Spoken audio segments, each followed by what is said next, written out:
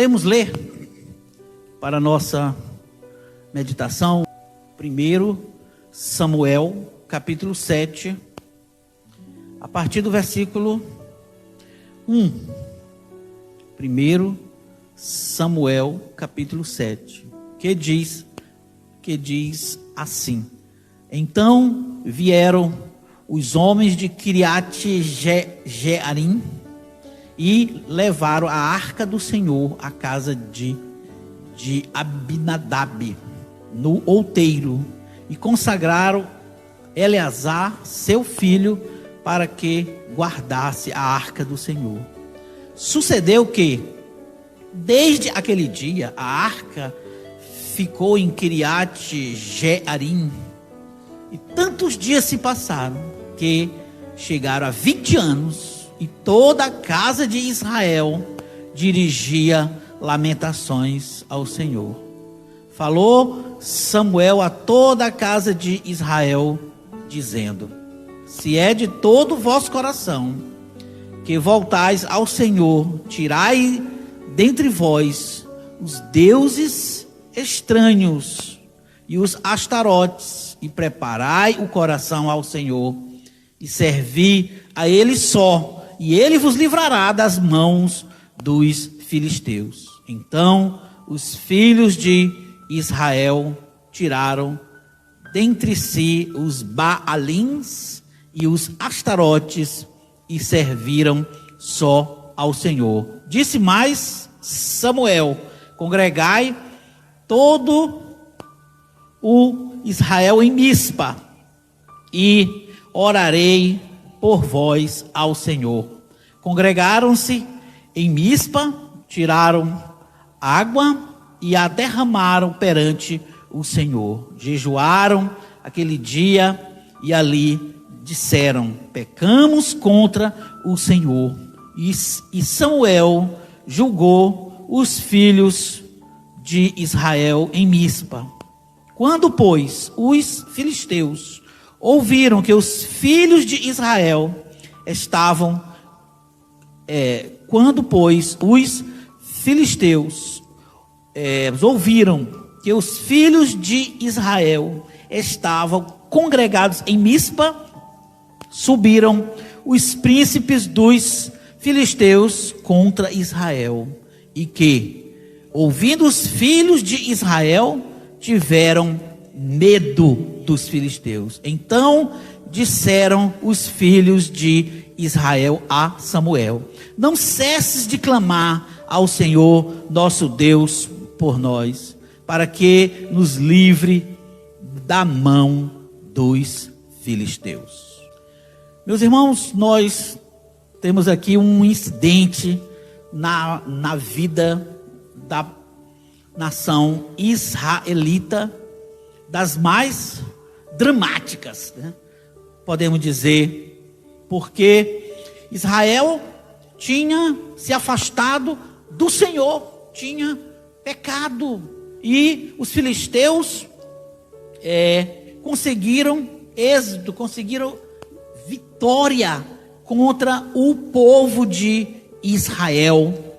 Tanto é que eles levaram a arca da aliança, que era um objeto sagrado que representava a presença do Senhor no templo, pois os filisteus pegaram essa arca e levaram para a sua terra, e colocaram a arca sagrada, que representava a presença de Deus, na casa do Deus deles, do Dagon.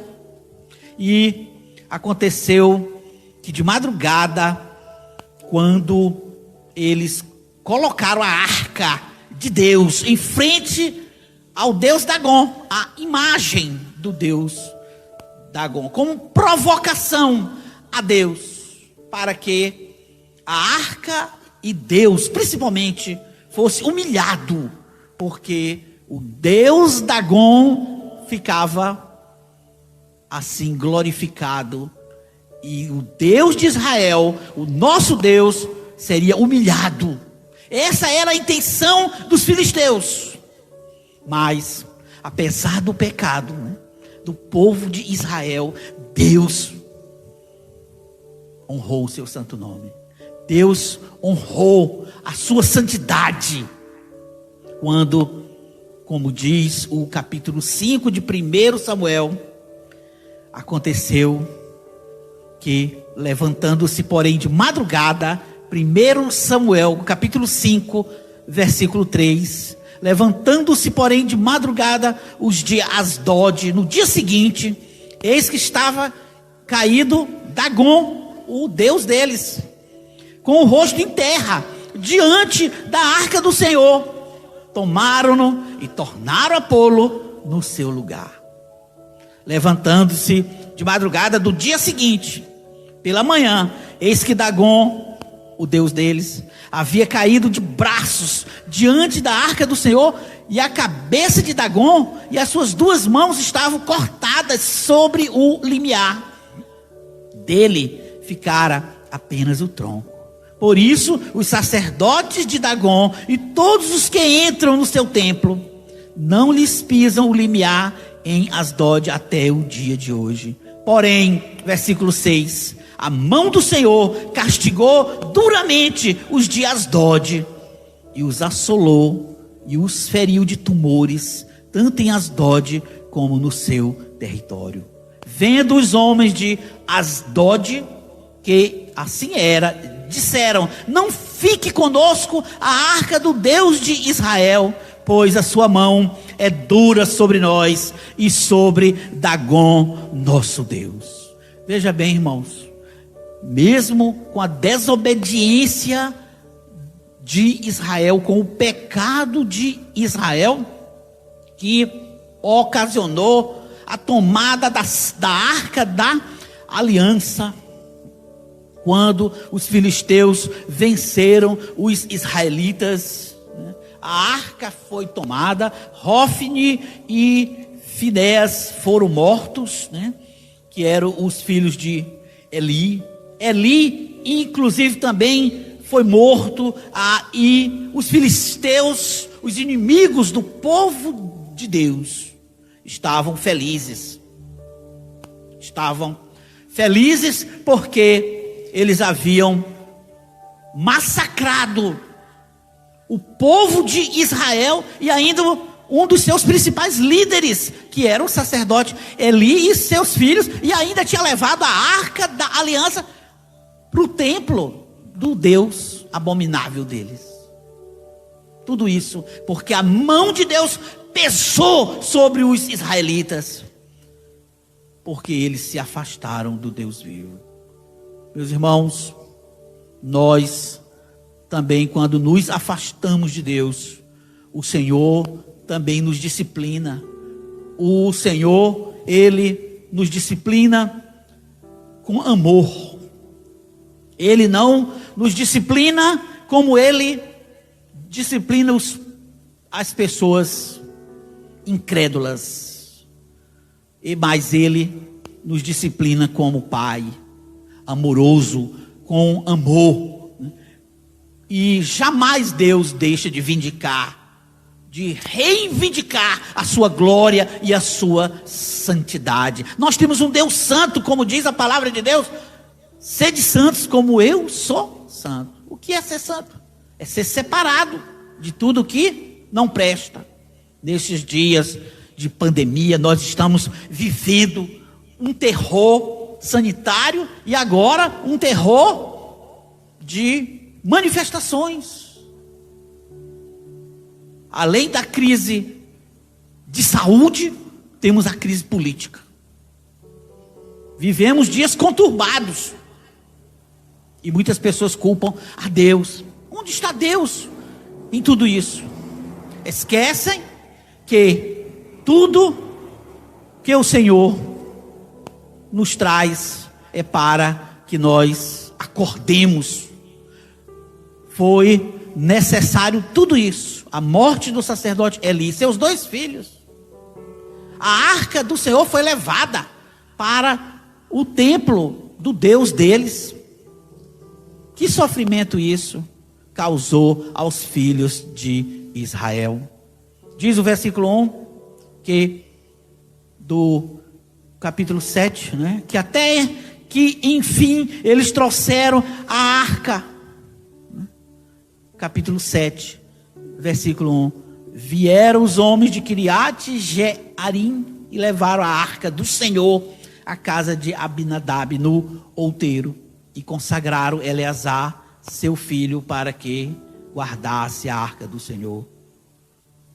Sucedeu que desde aquele dia a arca ficou em Kiriate Jearim, e tantos dias se passaram que chegaram a 20 anos e toda a casa de Israel dirigia lamentações ao Senhor. Aqui está a primeira lição, quando nós nos afastamos de Deus e como esse mundo tem se afastado de Deus. E infelizmente, quando a gente diz este mundo, infelizmente, nós como igreja também estamos incluídos. Como assim, pastor? Nós não somos do mundo. Cristo disse: do mundo já nos salvou. Sim, mas nós ainda estamos no mundo. Não somos do mundo, mas estamos no mundo. E por isso mesmo que nós não somos do mundo, nós precisaríamos viver diferentes do mundo. Mas muitas vezes não vivemos. Eu e você, todos nós. Todos nós. Temos culpa. Temos pecado contra Deus. Nossa frieza. Meus irmãos, tem chegado aos altos céus. Nossa negligência. Somos tão negligentes, tão infiéis. E quando isso acontece, nos resta apenas lamentações. Como diz o versículo 2. Toda a casa de Israel dirigia lamentações ao Senhor. E é bom isso. É bom, porque nós só aprendemos quando Deus nos disciplina. É aí que nós nos lembramos dele. É aí que nós nos lembramos de lamentar os nossos maus caminhos, a nossa infidelidade. Diz o texto bíblico que chegou a 20 anos a ausência da arca. Nós já estamos com mais ou menos uns 3 meses sem o culto público. Parece que começou em março. Aqui também, né, pastor? Quando a presbiteriana fechou, a batista fechou, a assembleia, todas, católica, todas.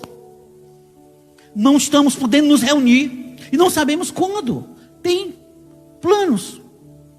Mas mesmo que volte logo, vai voltar com restrições. A arca da aliança, que representava a presença de Deus, não é usada mais no Novo Testamento, porque a nossa arca hoje é o Espírito Santo do Senhor, que está em nós mesmos. Mas nós não temos tido nesses dias oportunidade de nos reunir, mas apenas de nos lamentar. Será que você tem lamentado mesmo? Será que eu tenho lamentado o nosso estado, que muitas vezes é deplorável?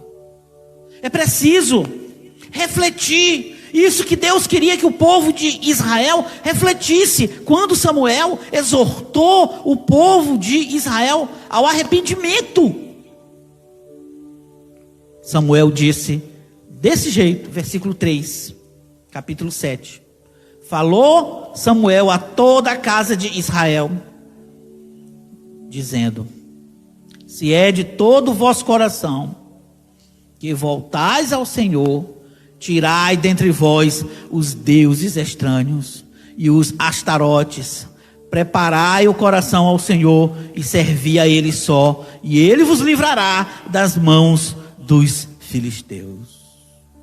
Hoje o nosso inimigo não é mais um povo, o povo filisteu, o povo cananeu, o povo jebuseu, eteu. Não, o nosso inimigo hoje é um vírus que tem a forma de coroa, por isso é que ele é chamado coronavírus, que está levando principalmente nossos idosos. Só da Mata Roma hoje, eu já soube, faleceram 3 idosos. Só hoje. Isso sem contar os milhares no Brasil e no mundo. O Brasil hoje é o 4º país com mais mortes de coronavírus. Os nossos inimigos hoje não são mais os filisteus, que se vê, mas um vírus que não se vê. Os nossos inimigos hoje são nós mesmos, meus irmãos. Porque se essa pandemia veio sobre este mundo, veio também sobre a igreja de Cristo. Nós não estamos imunes como crentes. Por que será que nós estamos também sofrendo juntamente com o mundo? Porque nós também temos a nossa parcela de culpa. Principalmente nós, que conhecemos a palavra, eles pelo menos não conhecem. Quando o incrédulo enfia um crucifixo no seu órgão genital, no ânus, como já aconteceu em passeatas, a gente sabe que ele não conhece a Cristo. Por isso ele faz uma ignorância dessa, um desrespeito desse à fé de milhões de católicos, por exemplo. E a nós também, porque ele está querendo também nos atingir, mas eles não conhecem a palavra. Mas nós que conhecemos, muitas vezes não temos caminhado nos caminhos do Senhor, temos nos afastado. E como Samuel diz aqui, tirai os deuses estranhos, os astarotes dos vossos corações. Aí você diz, pastor, não tem nenhum astarote aqui no meu coração, nenhum Baalim, fique tranquilo. Será que não? Pode não ter nenhum astarote, mas tem outros pecados nos nossos corações que estão clamando contra nós, e nós não estamos fazendo nada, não temos lamentado, não temos nem confessado. Começa aí o nosso erro, o nosso, de nem confessar, porque quando nós confessamos, nós estamos concordando com Deus, que nós somos realmente pecadores. Nós precisamos lamentar. O povo de Israel lamentou, e Samuel foi levantado por Deus para acudir-los, porque Samuel era um homem da palavra. E ele disse, olha, versículo 3, se é de todo o vosso coração que voltais ao Senhor, tirai dentre vós os deuses estranhos e os astarotes, e preparai o coração ao Senhor, e servi a Ele só. Será que nós estamos servindo só a Deus? Ou nós temos outros interesses na frente de Deus? E Ele vos livrará das mãos dos filisteus. Ele nos livrará dos nossos inimigos. Então os filhos de Israel tiraram dentre si os Baalins e os Astarotes e serviram só ao Senhor. O que aconteceu quando o povo voltou para Deus? Quando o povo se arrependeu, quando o povo se consertou. Está aqui o versículo 5. Disse mais Samuel, congregai todo o Israel em Mispa, e orarei por vós ao Senhor. Congregaram-se em Mispa, tiraram água e a derramaram perante o Senhor. Jejuaram aquele dia e ali disseram, pecamos contra o Senhor. E Samuel julgou os filhos de Israel em Mispa. E diz o restante do capítulo que os filisteus se levantaram novamente contra o povo de Deus, para mais uma vez invadir a terra de Israel, escravizá-los e derrotá-los. Diz o versículo 7, né? Que eles tiveram medo dos filisteus. Quando, pois, os filisteus ouviram que os filhos de Israel estavam congregados em Mispa, subiram os príncipes dos filisteus contra Israel, o que, ouvindo os filhos de Israel, tiveram medo dos filisteus. Tiveram medo, assim como nós estamos com medo. É máscara, é álcool gel, é sabão. As nossas mãos estão, né, estão assim, engeadas, só de água, sabão e álcool, porque nós estamos com medo, e esse medo é justificado. Os filhos de Israel tiveram medo dos filisteus, porque da última vez eles foram humilhados pelos filisteus, porque andaram contra a vontade de Deus. Só que agora, meus irmãos, eles estavam se consertando. Só que agora, meus irmãos, eles estavam confessando. Só que agora, meus irmãos, eles estavam clamando a Deus. E essa é a nossa postura em dias tão terríveis. A gente acompanha nos grupos, né? Faleceu fulano, faleceu Cicrano, faleceu Beltrano, bem aqui na nossa região. Eu não estou falando nem de Chapadinha, mas do eixo Matarroma, Anápolis, idosos. E isso vai nos causando medo, isso vai nos causando temor. Mas não podemos ficar no medo, como os filhos de Israel. Eles tiveram medo dos filisteus, dos inimigos daquele tempo. Mas o Samuel disse assim. Então, versículo 8. Disseram os filhos de Israel a Samuel: Ó Samuel, não cesses de clamar ao Senhor nosso Deus por nós, para que nos livre das mãos dos filisteus. Agora eles aprenderam. Não cesse, Samuel, de orar por nós, de pedir oração. Agora todo mundo pede. Graças a Deus. Graças a Deus que todo mundo pede. Mas por que, quando nós estamos em tempos tranquilos, nós também não oramos? Nos esquecemos das pobres das igrejas. Esquecemos do nosso devocional. Agora a gente se lembra. O povo de Israel se lembrou, se arrependeu, mas foi preciso tamanho terror. Diz o versículo 9, irmãos: tomou, pois, Samuel um cordeiro que ainda mamava e o sacrificou em holocausto ao Senhor. Clamou Samuel ao Senhor por Israel, e o Senhor lhe respondeu. Enquanto Samuel oferecia o holocausto, os filisteus chegaram à peleja contra Israel, mas trovejou o Senhor aquele dia com grande estampido sobre os filisteus e os aterrou de tal modo que foram derrotados diante dos filhos de Israel. Agora os filisteus perderam.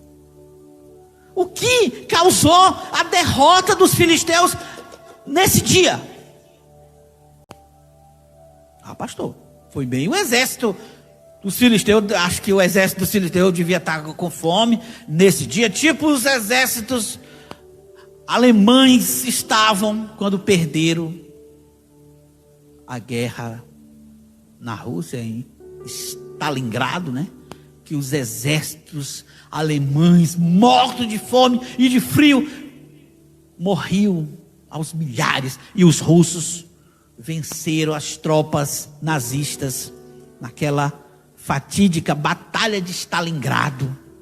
Não, mas nesse dia aqui não foi por causa da fome dos filisteus. Os filisteus estavam muito bem preparados, sim, meus irmãos. E o que ocasionou a derrota dos filisteus é porque agora o coração dos israelitas estava quebrantado, estava humilhado diante de Deus.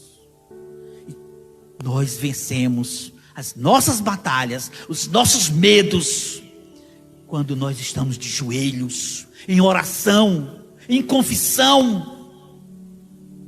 Foi assim que o povo de Israel nesse dia obteve vitória plena sobre os filisteus. Diz o texto bíblico que enquanto Samuel oferecia o holocausto, o sacrifício, os filisteus chegaram à peleja. Quando tinha um homem de Deus orando por Israel, oferecendo o sacrifício ao Senhor, o Senhor desbaratou e derrotou os exércitos dos filisteus, sem ser preciso Israel nem lutar. Não foi preciso luta, não foi preciso morte. Como foi diferente desta vez, da última vez, quando os filhos de Israel estavam servindo os deuses estranhos. Para concluir, meus irmãos, quando nós voltamos ao Senhor, quando nós consertamos, emendamos os nossos caminhos, o nosso Deus nos garante vitória dos altos céus. Ele nos dará a vitória sobre este vírus e sobre qualquer outra coisa, quando tão somente o nosso coração estiver centralizado nele. Olha, as pessoas do mundo não podem orar, mas nós podemos. A igreja de Deus deve orar. É de joelhos que venceremos.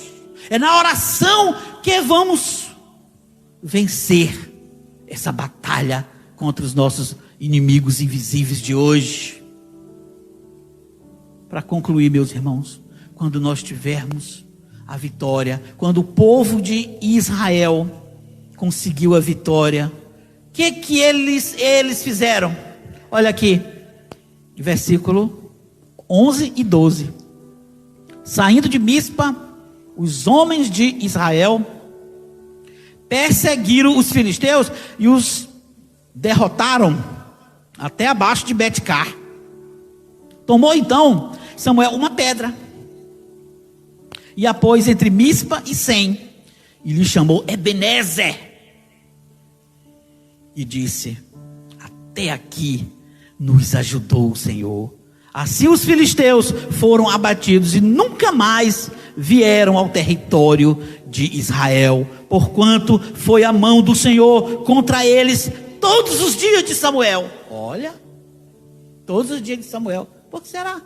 Porque Samuel era um homem de Deus, era um homem que tinha um coração na palavra, era um homem que intercedia. Onde estão os intercessores hoje? Muita gente está aproveitando, né, a quarentena, e as propagandas até dizem: aproveite a Netflix, aproveite os canais. Nem sequer se lembram de orar pelos vivos que ainda estão nos hospitais, porque nos causa tristeza, nos causa abatimento da alma. Hoje foi um dia triste, foi um domingo triste, porque o sogro e a sogra de uma irmã da igreja, a sogra faleceu hoje em Coroatá, e o esposo dela tinha falecido semana passada.